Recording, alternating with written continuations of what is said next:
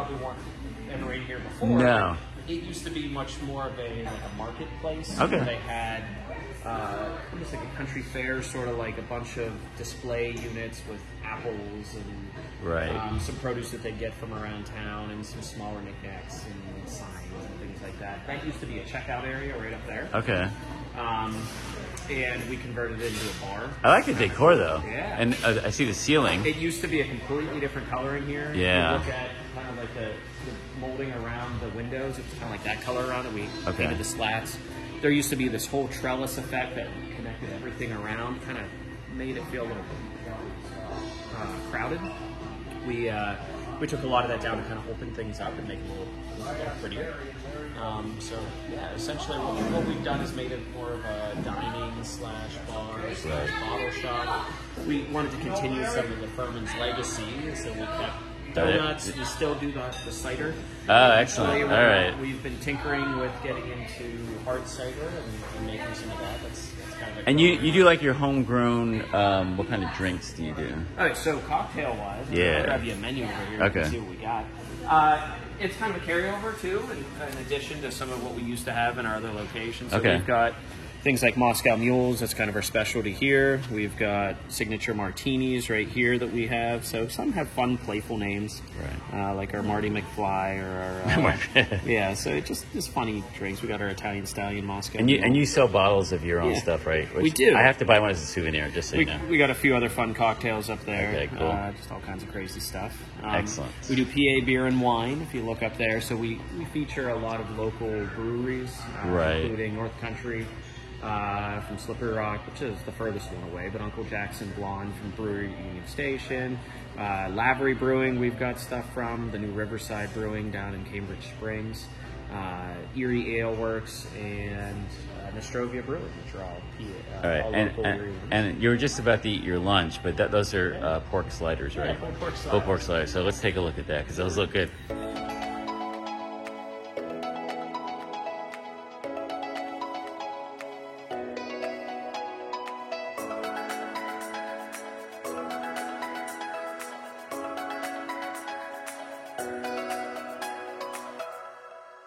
If you see up here at our bar, all of our bottles are available, so think of it like a one-stop liquor shop where you can sample have cocktails and also take a bottle home with you.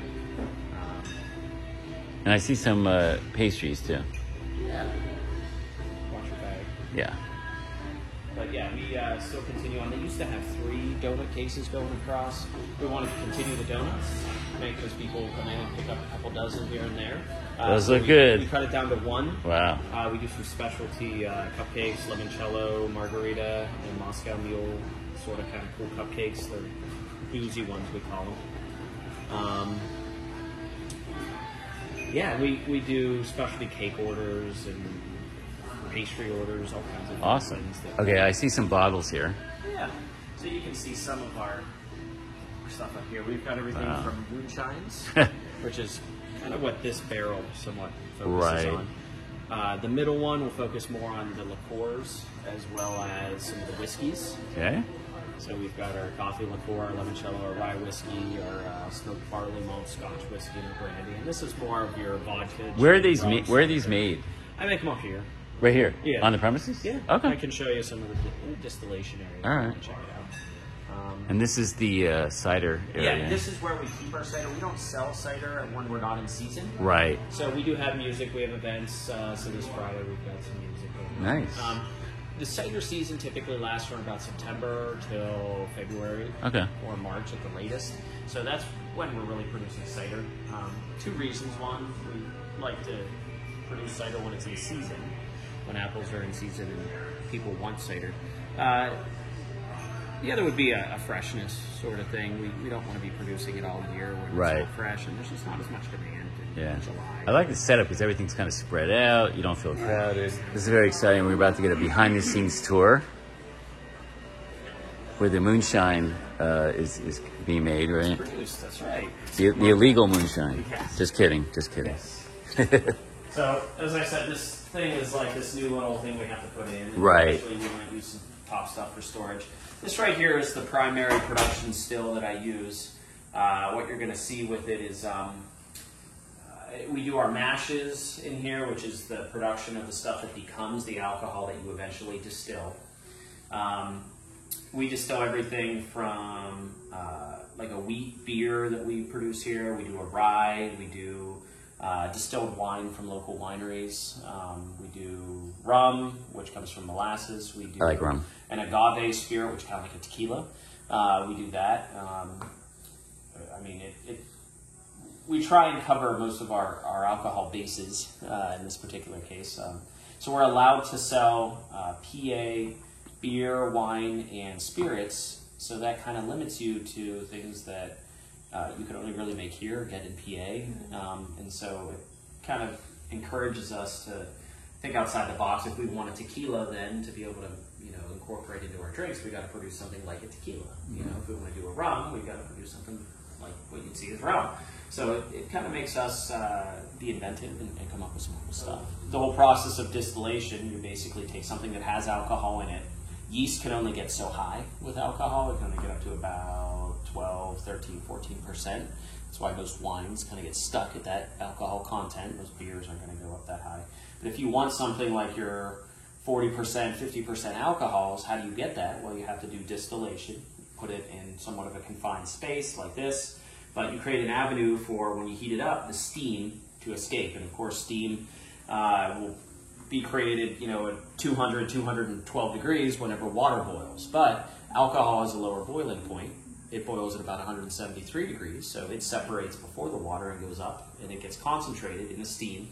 And then it kind of rains down as it goes through a condenser. This is kind of like cold water that passes through it, or passes around it, and makes it turn from steam back into a liquid, and it comes pouring right out as a much higher proof alcohol. So you'd start with, 150 gallons of like 12% alcohol, and you'd distill it, and the overall product might be 20 gallons or 30 gallons of 190 proof alcohol. So it's this idea of turning something that's low alcohol into a high alcohol product. So this is kind of where you make a mash, and it's got this big agitator on it that spins things around. And you've got options for how you want to distill it through here, but after you heat it up, you add yeast. You can ferment it in containers like these right over here.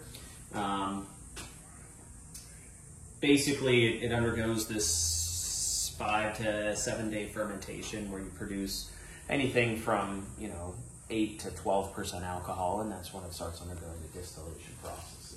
This is just some other of the same sort of equipment, smaller versions of the same stills. Yesterday, I ran a gin right here. This was that's the botanicals you put in as juniper and coriander and all kinds of fun stuff that you get right there. I can get a little sample glass if you want to try some higher proof gin. You have any? Yeah. She can drink. I'm driving. Yeah. So this stuff is going to be, it's about 160 proof gin right here. So it's just a... I think a half a sip would be good. Yeah. I'll do a little. So you see we got a little bit there. Here. How's it Even smell? Smelling it smells like it smells like alcohol. It's like really strong gin. It's about twice as strong as you'd expect gin to be. So Yeah, don't drink too much of it. Yeah, I only put a little touch in there. So It's actually really good. It's gonna taste like really strong gin. Are you drunk yet? Yeah. All right. I don't want to touch You like the anything, taste though? It's good. Actually, yes. I don't know when's the last time I drank gin, but this is That's our great. Summit gin. That's going to be more of a piney, resinous gin. We do another type of gin as well. That would be our highback gin, which is going to be a citrusy gin. So yeah, this is some of our other distillation equipment that we use here. And the whole process is this idea that you take something that's low alcohol content and make it high. Make it high. Yeah, make it a high content. Excellent. So this is the party room. Nice. So you can rent this out. Yeah. Awesome. It all starts on this cool conveyor belt.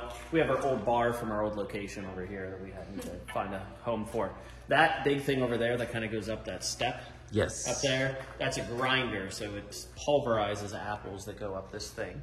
Okay. And it falls down into that receiving bin, and then we pump it over into this area here. So this tray right here is where the apples, a pulp kind of comes out, and you stack layer after layer of it going up to about this high, and it rolls right over, and And this thing right here is a press that very slowly, over like an hour, very slowly goes down, and it just puts tons of pressure on it. So and cider comes it's a out. hydraulic thing that just completely presses it. And a lot of the cider actually even comes out as you're stacking it because it's already creating weight on top. I like the little Apple insignias you got there. Yeah. So these are our holding tanks. So after it gets smashed, so to speak, it pumps into these receiving tanks. Right. We have a pasteurizer over there because legally we have to pasteurize everything that gets created. So is this alcoholic or non or both? This would be non-alcoholic. Okay. You can always make it alcohol. Right. So it would just be the process of making sure it's the right acidity, making sure it's the right sugar content, and adding yeast and having the right temperature, so you could actually ferment this stuff to become either an Applejack alcohol or whatever you'd like to do with it. And it can be distilled just like anything else. All right. This would be the sort of stuff that we would use to make like a hard cider as well. We'd use the same sort of process. We've got a little bottling room over here too, which is kind of cool. So after it sits for a few days and refrigerates and kind of clears out a little bit, we've got our bottling area over here. So it would go up into this holding tank up there, kind of come down, and it would fill with these, and you can just fit gallon containers right under there, and it fills them right up, and it's got a little capper. We can receive it right into the cooler over there. Thank you for the tour. Yeah. And I'm going to get a bottle to bring home. Yeah. Okay.